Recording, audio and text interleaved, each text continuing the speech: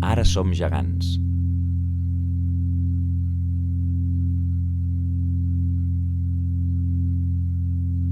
L'Aran estima. Corre. Juga. De vegades plora. I també té por, com tothom. Però avui ha decidit fer el cor fort i parlar ben alt perquè la por l'escolti. Ei, por! Saps qui sóc? Perquè jo sé qui ets i tinc moltes coses a dir-te. Potser em recordes de quan entraves als somnis que ens fan tremolar. Aquells que les nits espanten i no ens deixen tornar a dormir. Tu i els teus monstres, amagats en passadissos foscos, a sota el llit i dins l'armari. Ens heu atemorit moltes vegades a mi, el meu germà i també els meus amics.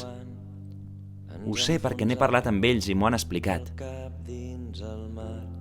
T'has disfressat de llamps i trons i has fet que el so de la pluja ens faci tremolar. Ens has fet dubtar davant de coses difícils i situacions noves. Ens has tirat pedres que feien mal i quan t'apropaves, abaixàvem el cap. T'has convertit en roques i en peixos que no veiem dins del mar, i en abelles, en meduses, en ombres que ens ha semblat veure per tot arreu. Però m'han dit que el valent és qui sap que existeixes i és capaç de dir-ho. És aquell que quan està preparat és capaç de fer un esforç i vèncer-te per fer-te tan petita que gairebé desapareguis. Com els 3 porquets que junts s'atreveixen a plantar cara al llop ferotge i a fer-lo fora amb el cul ben cremat perquè no torni mai més. O les 7 cabretes que al final, amb l'ajuda de la seva mare, aconsegueixen riure's del llop. Un llop tan temible com tu. O com els meus pares, que tot i que sembli que mai tenen por, m'han dit que també hi ha coses que els espanten.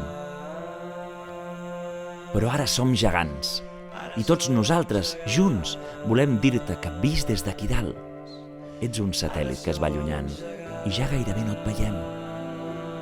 Ets com una nota de música que s'apaga i ja gairebé no et sentim. Ara som gegants, por. Tu t'has convertit en un record que ja no fa mal. I nosaltres estem preparats per fer-te petita. Petita, si mai intentes tornar.